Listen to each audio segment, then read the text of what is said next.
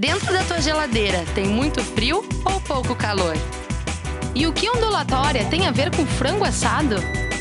Tem ímãs no liquidificador? Por que deslizar no gelo é mais fácil que rolar no asfalto? E afinal, que relação tem entre o espelho e o escuro? Complicou? Simplifísica.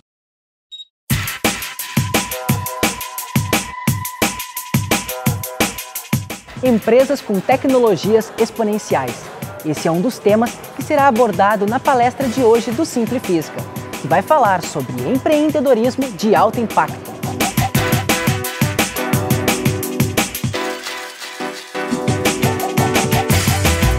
O palestrante do Instituto de Física da URGS, Felipe Antunes, ressalta a importância de relacionar empreendedorismo, física, inovação tecnológica e ficção científica para otimizar o crescimento de novas empresas.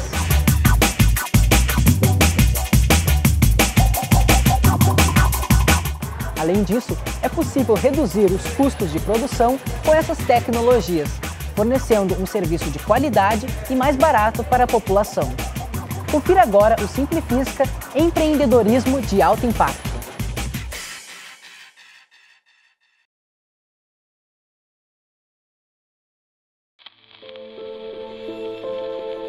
It is not a dream. It is a simple feat of scientific electrical engineering. Electric power can drive the world's machinery without the need of coal, oil or gas. Although perhaps humanity is not yet sufficiently advanced to be willingly led by the inventor's keen, searching sense. Perhaps it is better in this present world of ours that a revolutionary idea be hampered in its adolescence.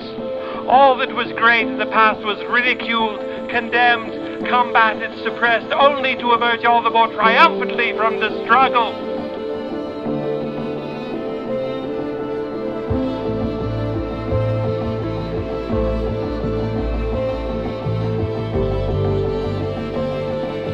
Our duty is to lay the foundation for those who are to come, and to point the way. Yes, humanity will advance with giant strides.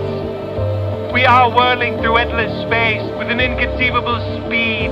All around, everything is spinning, everything is moving, everywhere. There is energy.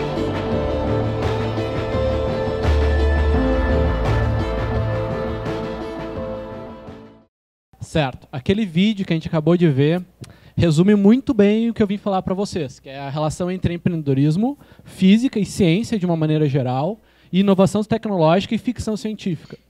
O ponto todo começa quando a gente olha para o cara que é o dono daquela empresa. Aquilo que a gente viu foi um carro elétrico produzido pela Tesla, fundada pelo Elon Musk. O Elon Musk, ele é um cara que é um tanto quanto diferente. Para começar, ele é formado em física pela Universidade da Pensilvânia. Ele também entrou no doutorado em Stanford, mas ele largou 2 dias depois de ser aceito para fazer o doutorado em Stanford. Por que ele largou? O que ele fez durante a UPenn, ele criou o PayPal. Não sei se vocês lembram, vocês conhecem o PayPal. O PayPal é uma maneira fácil de pagar boletos ou faturas pela internet, é como se fosse um intermediário. Hoje o PayPal faz parte do eBay. Ele foi comprado pelo eBay enquanto eles estavam, o Elon Musk e o Peter Thiel estavam na UPenn, durante a graduação do Elon Musk, e ele foi adquirido por cerca de 700 milhões de dólares, o PayPal.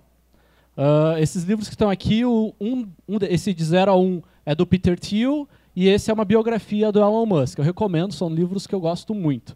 Tá? Isso não é merchan, é verdadeiro mesmo, eu gosto muito desses livros. Tá? Parece, mas não é. Não estou ganhando nada, por sinal. Mas olha só. Esses 2 caras, eles têm características muito peculiares. O Elon Musk é um cara que, como o Peter Thiel mesmo diz no livro dele, de 0 a 1, é o cara mais nerd que ele já conheceu na vida. O Elon é conhecido por ser um aluno de física genial. Ele era um graduando no bacharelado em física, ele era genial, ele sabia muito, ele tinha aquele pensamento do Feynman de querer ir atrás das coisas e não só aceitar. Ele queria entender profundamente como as coisas funcionavam. E também, além de ser graduando em física, ele era um aficionado por ficção científica. Para quem não conhece esses livros, é uma trilogia muito famosa do Isaac Asimov, que é o pai da ficção científica. Ele escreveu muitos livros, eu acho que da ordem de centenas de livros sobre ficção científica. E isso inspirou o Elon, mais tarde, logo depois da venda do PayPal, a criar uma empresa chamada SpaceX. A SpaceX é reconhecida por ser a empresa que está disposta a levar o primeiro homem a Marte. Ou seja, eles querem fazer uma viagem de ida e volta para Marte com o mesmo foguete. É a única maneira de tornar uma viagem para lá financeiramente viável. Como é que o Elon chegou a essa equação para desenvolver a SpaceX? Quando ele estava ainda no PayPal, ele foi fazer uma viagem para a Rússia, porque ele queria começar uma empresa de exploração espacial. E lá na Rússia ele falou com os russos, e os russos, claro, depois de muita resistência em entregar para ele valor de foguetes e valores de coisas que são estratégicas para a Rússia, eles estipularam um valor que para o Elon era 10 vezes mais do que ele esperava gastar se ele mesmo construísse os foguetes do zero. O que ele fez foi justamente isso. Ele criou uma empresa numa antiga base da NASA, chamada SpaceX, como eu já falei, e essa empresa ela constrói um foguete do zero.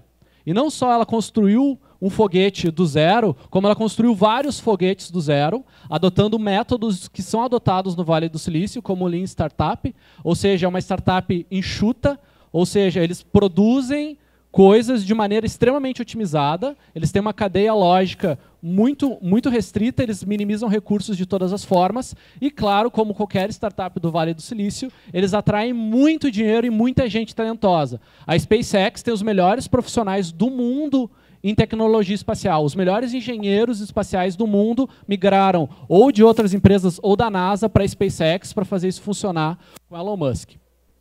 Atualmente, a SpaceX já vale mais de $1 bilhão. Ela é uma empresa que foi criada por meados de 2007, 2008. Ou seja, em 7 anos, ela atingiu o valor de $1 bilhão. Esses valores, da ordem de $1 bilhão, caracterizam empresas que são chamadas de unicórnios. Empresas unicórnios, né? São aquelas empresas que valem mais de $1 bilhão. Existem umas 40, mais ou menos, pelo mundo. E a maioria delas está relacionada a um conceito importante, que é o conceito de tecnologia exponencial. Se a gente for olhar e falar de tecnologia exponencial, é impossível não falar da Singularity University. É uma universidade que foi uma parceria entre o Google, a NASA e milhares de especialistas em tecnologia, empresas e ciência. Tá? Em particular, um dos fundadores é o Peter Diamandis. Ele é conhecido por ser um futurista. O cara ele se formou no MIT em engenharia espacial. Ele também, depois que ele terminou o MIT, ele foi fazer medicina em Harvard. Tá? O que acontece nos Estados Unidos é que para te fazer medicina, tu tem que ser formado numa graduação antes. Então ele se formou em engenharia espacial para fazer medicina em Harvard. Nisso ele já fundou umas 4, 5 empresas.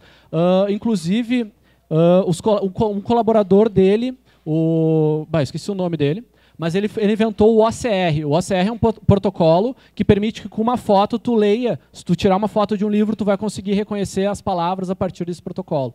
Então eles fundaram isso lá em 1970 e poucos, 1980, fizeram muito dinheiro naquela época e decidiram em 2010, mais ou menos, fundar a Singularity University. A Singularity University se baseia basicamente em tecnologias exponenciais, como eu já disse. O que é uma tecnologia exponencial? Isso é um fator que vocês vão ver na SpaceX e vão ver na Tesla. A Tesla também é uma empresa exponencial. Atualmente ela vale mais de $1 bilhão também. Em particular, o último carro dela fez uma espécie de crowdfunding, porque ele nem foi produzido e ele já arrecadou da ordem de $500 milhões. O carro nem saiu da fábrica ainda. As pessoas encomendaram ele, tamanha confiança da Tesla. E a Tesla tem algumas dessas propriedades que caracterizam as empresas exponenciais. Né? São 6. A gente vai ver cada uma delas. Essas empresas elas são digitalizadas. O que significa que elas são capazes de acompanhar a lei de Moore. A lei de Moore, para quem não sabe, ela foi desenvolvida depois da criação do transistor, que por sinal foi criado por um físico, que foi o único físico que ganhou 2 prêmios Nobel, e ele foi o inventor do transistor. A lei de Moore, ela diz o seguinte: a gente consegue dobrar a capacidade, o número de transistores no microchip e baratear o valor em 2 vezes. Ou seja, a cada 2 anos isso acontece e as coisas crescem de maneira exponencial. Para alguma tecnologia ser capaz de acompanhar essa lei, ela tem que ser digitalizada. No caso da Tesla, a gente tem todas as vendas da Tesla, ela não tem loja física, são todas feitas online. Então isso permite uma escalabilidade de venda de produto muito grande. Então tu vende muito rápido, é muito fácil tu escalar ela na hora de vender. Tá? Então ela é digitalizada. Outro caso de empresa digitalizada é o Uber. A gente vai falar mais desse cara. O Uber também é uma empresa unicórnio, ela já vale mais do que a Ford e a GM, sendo que ela tem 5 anos de idade. Então a gente vai ver a valorização dela depois. Mas também essas empresas exponenciais são caracterizadas também por trabalharem com uma tecnologia que é decepcionante, deceptive em inglês. São coisas que estão há muito tempo sendo maturadas e as pessoas já perderam a fé nessa tecnologia. Por exemplo, impressão 3D. Hoje em dia a gente olha a impressora 3D, ela está fazendo o maior sucesso, tem várias empresas querendo imprimir até casas, como a gente vai ver depois, usando impressora 3D. A impressão 3D não é uma coisa nova, como parece, ela é uma coisa que existe desde 1974. A primeira vez que se falou em impressão 3D era em 1974. Então ela vinha desacreditada até que um ecossistema fosse formado no entorno dela e fosse possível, aí sim, explorar todo o potencial da impressão 3D. Isso inclui baratear preço de equipamento, baratear tecnologia, enfim, uma sequência de ecossistema, de coisas que acontecem na volta para baratear. Como foi o caso dos drones, né? Se a gente lembrar dos drones, era muito caro ter um aviãozinho teco-teco que voava assim, né? Já era super caro. Hoje em dia tem um drone, por R$2.000 tu compra um drone aí. Por que isso aconteceu? Se a gente for olhar o ecossistema dos drones, tanto a questão do GPS, o acelerômetro e os outros componentes dos drones, eles estão presentes nos celulares. Isso faz com que esse aparelho sendo produzido e consumido em massa, cada um dos utilitários dele, cada uma dos componentes, são barateados porque são produzidos em escalas. Isso liberta toda uma sequência de outras coisas que se baseiam nos mesmos dispositivos e permite que ela seja produzida de maneira mais barata, como foi os drones. Né? Foi o caso dos drones. O caso da impressão 3D, são tecnologias que estão um pouco decepcionantes ainda, porque elas estão se arrastando, já estão há muito tempo falando, mas ninguém faz nada. Então elas vêm, e o que acontece logo em seguida, elas são disruptivas. Elas acabam com uma grande indústria. Olhem para o Uber de novo. O Uber acabou com os táxis. Tá? Era uma corporação sindicalizada, gigante. O Uber já acabou com os táxis no mundo inteiro e vai acabar aqui. E daí qual é a próxima que vai acabar com o Uber? Talvez o Lyft, não sei. Isso daí é especulativo, mas enfim, um come o outro. Tu mata uma grande indústria. A questão do Uber e ela ser disruptiva está muito ligada a uma coisa que o Peter Thiel fala muito nesse livro 01. A questão do monopólio. Monopólio é bom. Por que monopólio é bom? Quando eu li isso no livro, eu fiquei, monopólio, bom, mas os caras podem regular o preço como eles quiserem. Tá, eles podem, mas é bom porque eles têm a capacidade de transformar as coisas que eram mais caras em mais baratas. Olhem o Uber. Ele sendo um monopólio, agora, sendo a grande empresa que está por trás das viagens pagas por aparelho celular, ele é um monopólio. E ele acaba com competição. Competição, tu não tem que competir por preço. Enfim, ele usou tecnologia para baratear o preço. Isso fez com que ele fosse competitivo, acabasse com a indústria. E depois, agora ele pode explorar isso e melhorar o serviço. O monopólio é bom porque ele permite que tu melhore o serviço. O Google é um monopólio. Quem é que não usa o Google? Quem é que é tipo radical contra o Google? Quem usa o Google? Levanta a mão. Um monte de gente usa o Google, né? Dificilmente vão usar lá o ASCII ou outras tecnologias. O Google domina, ele é um monopólio, ele é um serviço bom ou ruim para vocês? Quem acha que é ruim, levanta a mão. O Google é maravilhoso, né? Ele te dá a resposta para aquilo que tu procura de uma maneira muito rápida e não custa nada.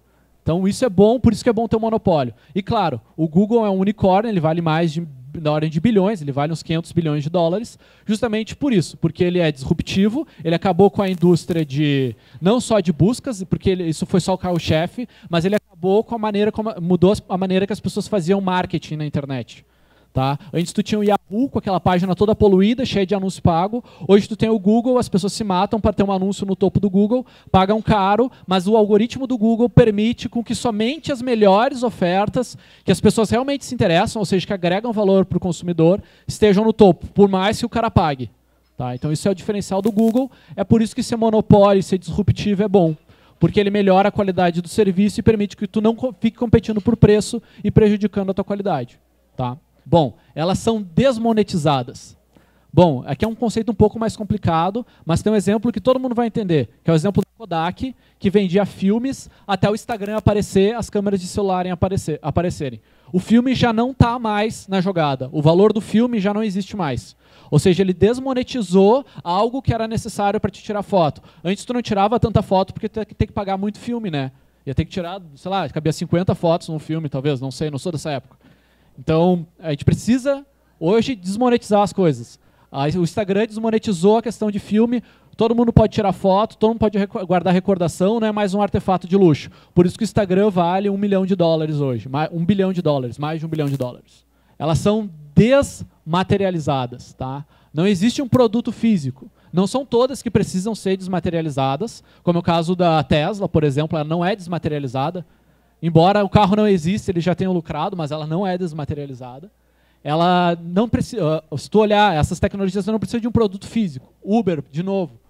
O Uber não precisa de um produto físico, ele é um aplicativo, ele é virtual. Isso é muito fácil escalar uma empresa desse tipo, porque tu não tem um produto físico. Tá? Democratizadas. Esse é um conceito muito importante, é também um conceito social. Isso segue muito a questão de tu ter um empreendedorismo que é social. Tá? O empreendedorismo social é aquele empreendedorismo que faz bem, resolve um problema que nos afeta e que nos prejudica de alguma maneira como seres humanos. Problema de moradia, problema de acesso à água, problema de acesso à informação, isso tudo é empreendedorismo social. E claro, o empreendedorismo social está vinculado à questão da democratização. O que é democratizar? Uma coisa que antes era um artefato de luxo, um celular, tá? Hoje, uma criança na África com um smartphone, por exemplo, ela tem mais acesso à informação do que o Barack Obama tinha 5 anos atrás. Ou seja, tu permite que as coisas certas cheguem nas pessoas certas. A gente vai falar mais disso, de democratização, quando a gente falar da Urban 3D. A Urban 3D é uma empresa que quer imprimir moradias a baixo custo usando tecnologia de impressão 3D de concreto. Tá? Então a gente vai falar disso depois. Bom, esses são os 6 Ds das tecnologias exponenciais, que são as tecnologias criadas para resolver grandes problemas e, claro, estão no centro do empreendedorismo como solução e como retorno financeiro. Bom, Uber. Uber a gente já falou, ele é um dispositivo que permite com que tu chame um motorista particular para ti a baixo custo, usando apenas o celular e pagando um preço mais competitivo do que usar um táxi. E, claro, o Uber tem toda uma questão por volta que agrega valor, que é o fato dos motoristas estarem mais arrumados, te servirem um copo de água gelada, te escutarem. Então, eles têm toda uma filosofia de trabalho que conflita muito com a filosofia de trabalho de um taxista hoje. Vamos olhar para os gráficos do Uber. Esses gráficos aqui mostram claramente a evolução exponencial do valor de mercado do Uber. A gente tem aqui, por exemplo, em azul a Ford. Esse é o preço da Ford em bilhões, tá?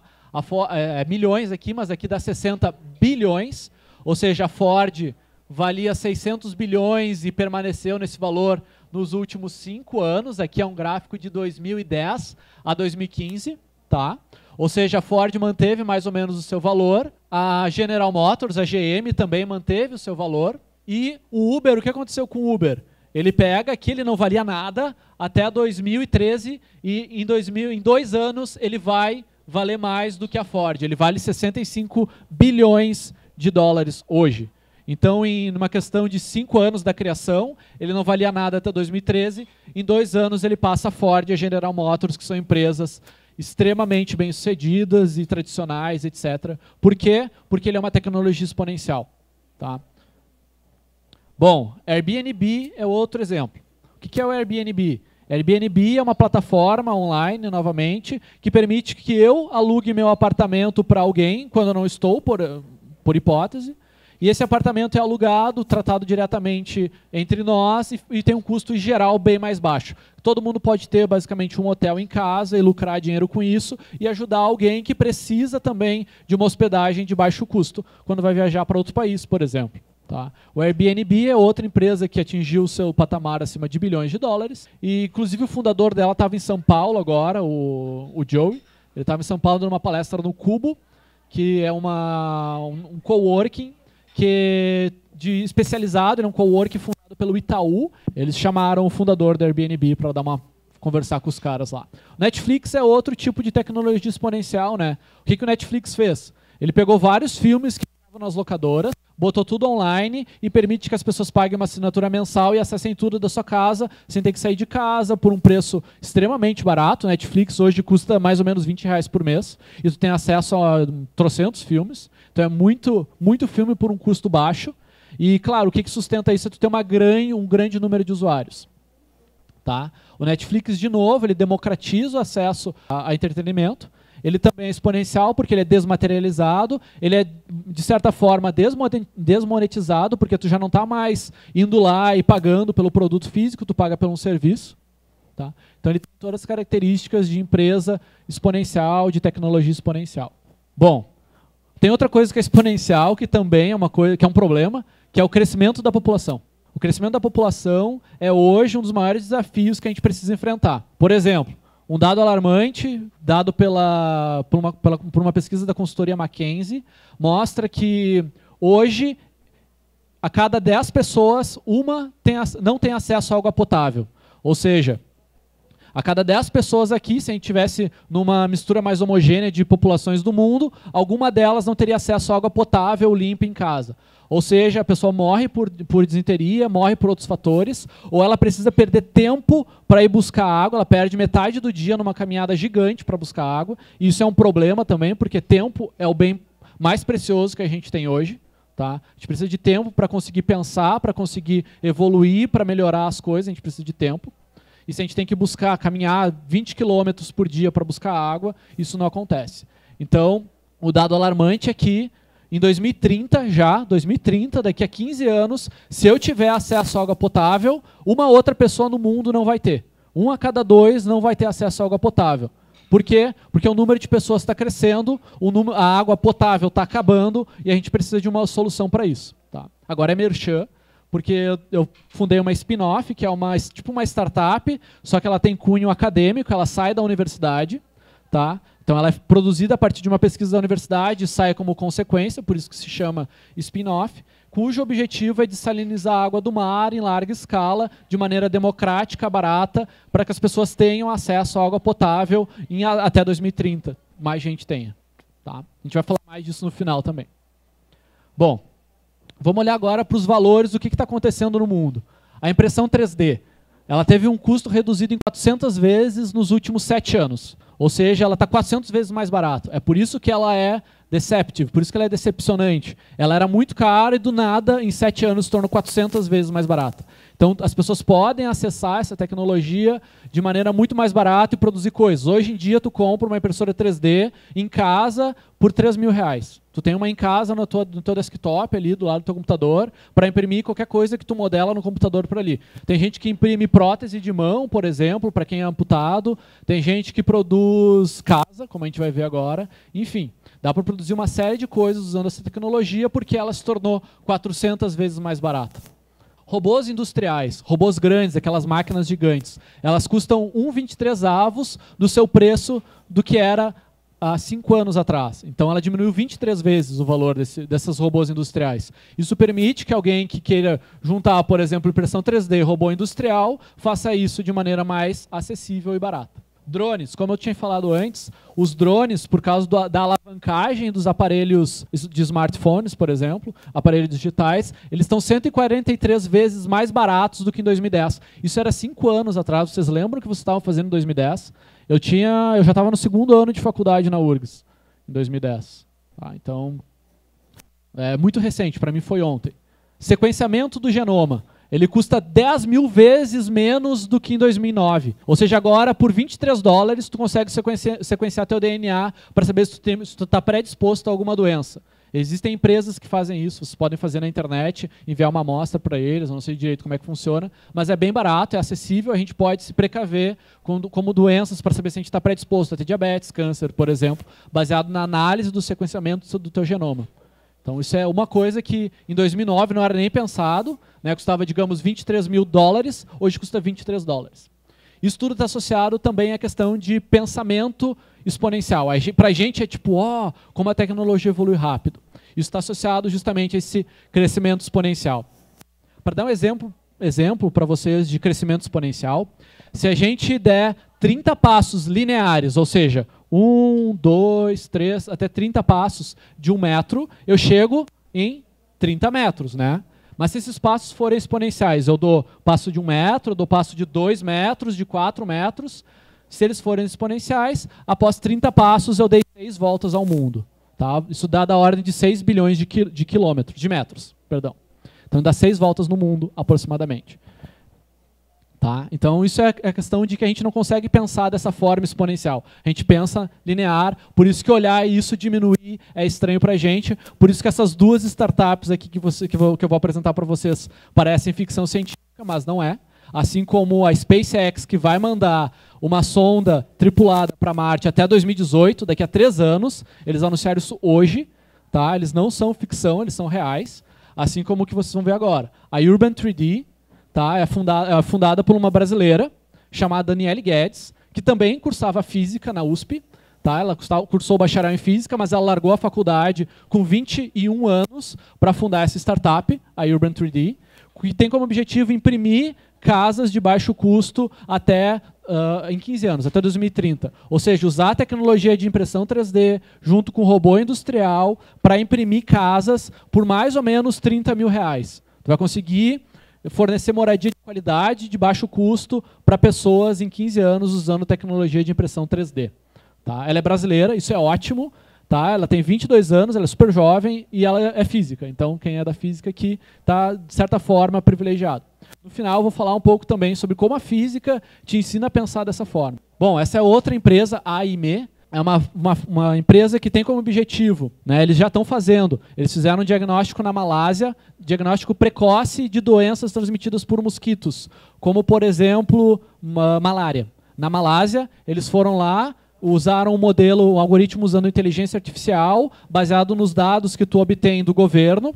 Eles pegaram esses dados e produziram um modelo que conseguiu prever, com 80 dias de antecedência, uma crise de malária. Então, no momento da crise, do surto de malária, o governo estava preparado para responder bem.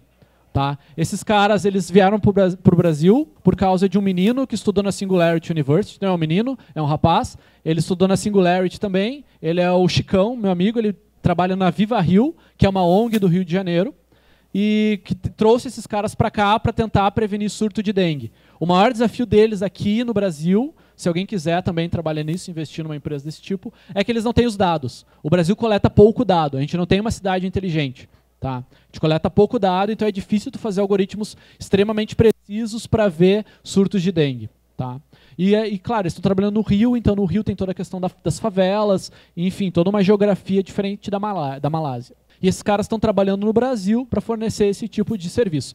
Um detalhe, isso é feito no Instituto de Física da URGS também. Não esses caras, mas a gente tem pesquisas sobre dinâmicas de epidemia na nossa pós-graduação. Inclusive, na graduação mesmo, a gente estuda um pouco disso numa cadeira específica, chamada métodos computacionais, onde a gente modela uma dinâmica de epidemias. Em particular, é uma gripe, tipo, por exemplo, uma gripe que tu tem um surto, tu tem um infectado, tu tem um receptor. Tá? Então, é muito simples, mas, enfim, a gente já pensa nisso na própria graduação aqui. Não é muito difícil que saia um cara melhor que esses, talvez, da própria Instituto de Física da URGS. Não tem nada que impeça isso. O terceiro caso é o meu merchan, que é a Ansalt, que é a empresa que eu falei para vocês, cujo objetivo... Eu não ia falar, mas daí uma amiga minha pediu para me falar, então eu vou falar. A Ansalt ainda é um projeto, ela não está formalizada como empresa ainda, ela está buscando investidores. Já tem 2 fundos que eu estou entrando em contato, que estão interessados, mas ela é um projeto muito caro. Tá? A ideia é usar nanotubos de carbono. Quem foi na palestra que teve na Cultura do IF ouviu alguma coisa sobre nanotubos de carbono, como eles são produzidos. Então a ideia é usar a impressão 3D para imprimir membranas de nanotubos de carbono a baixo custo. Isso democratiza o acesso a essas membranas, que todo mundo pode produzir o seu próprio filtro em casa, comprando um cano PVC e usando essas membranas basicamente. Tá? Então a ideia é democratizar e resolver um problema de escala global. Tá? Digitalizar e usar uma tecnologia exponencial para fazer isso. Tá? Se vocês estão perguntando, eu não fui selecionado para a Singularity University, apliquei esse ano, fui até as finais. 40 mil inscritos, 300 selecionados para as finais, eu não fui aceito, mas eu não desisti ainda. Então isso vai sair do papel, porque é um objetivo, então vai sair. E assim, ó, o que a física traz de pensamento? quando a gente fala em Lean Startup, que é startups enxutas, a gente precisa focar no... O que é o método Lean Startup? É tentativa e erro. Tu erra rápido. Por que as empresas no Vale do Silício dão certo? Porque elas erram muito mais rápido que qualquer uma empresa. A SpaceX, antes de conseguir fazer o recente projeto delas, que talvez vocês tenham visto no Jornal Nacional, talvez, eles lançaram um foguete e voltaram esse foguete numa plataforma drone no meio do mar com precisão total. Ou seja, antes existia um problema que o foguete ia e se destruía na volta, agora eles conseguem fazer viagem de ida e volta com foguetes e pousar ele numa plataforma drone sem interferência humana no meio do mar. Então eles têm uma precisão absurda para fazer isso. Tá? Esse sucesso mostra o quê? Eles erraram muito antes de conseguir. Se vocês forem procurar, eles tiveram umas 6 falhas. Uns 6 foguetes da ordem de $1 bilhão foram para o lixo. Mas eles erraram rápido, consertaram em questões de 3 meses cada uma das iterações, que é o fato de tu tentar de novo esse ciclo. Então eles conseguiram em 3 meses fazer novos lançamentos por causa do método de trabalho deles. A NASA, depois que falha, demora anos para lançar outro foguete.